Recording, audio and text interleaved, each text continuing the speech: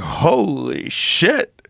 He said what? Hey, Ben. So I'm definitely a left-leaning student, but I listen to your podcast every day. Well, thank you for coming and thank you for listening. I appreciate it. Thank you.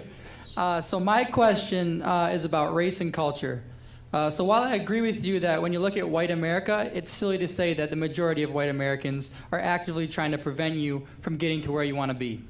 I'm East Indian, and I have definitely experienced some racism, but I never felt as though it keeps Indians from succeeding. So I do think there's a cultural component that supersedes the color of your skin.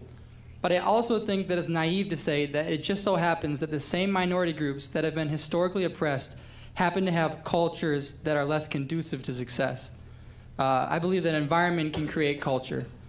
Can you acknowledge the historical reasonings that led that these so-called unsuccessful cultures and not put blame on these minority groups?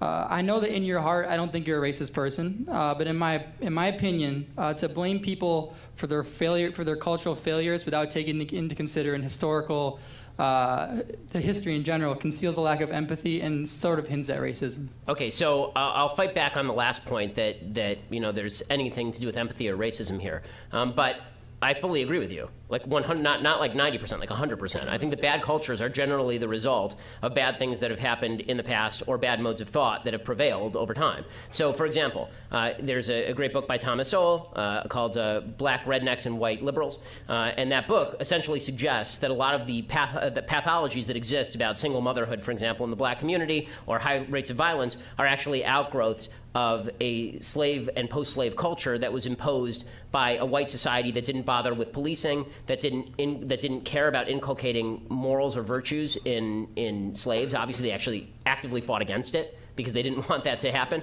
And so there was an active fight from against assimilation by white people, and that created an underground culture that's really bad, and that exists in parts of white America too. It exists in Appalachia. So yes, I think bad cultures have nothing to do with race. I don't think that just because, this is why I'm saying I don't know why it borders on racism to say the cultures are bad. Like, some cultures are bad, some cultures are good, and that has nothing to do with race. Charles Murray wrote an entire book called Coming Apart about pathologies in white communities that are really destructive. So bad cultures do arise very often from historical circumstances, including historical discrimination. What I say is that today, there's nothing preventing an individual from superseding the culture in which you grew up and making good decisions.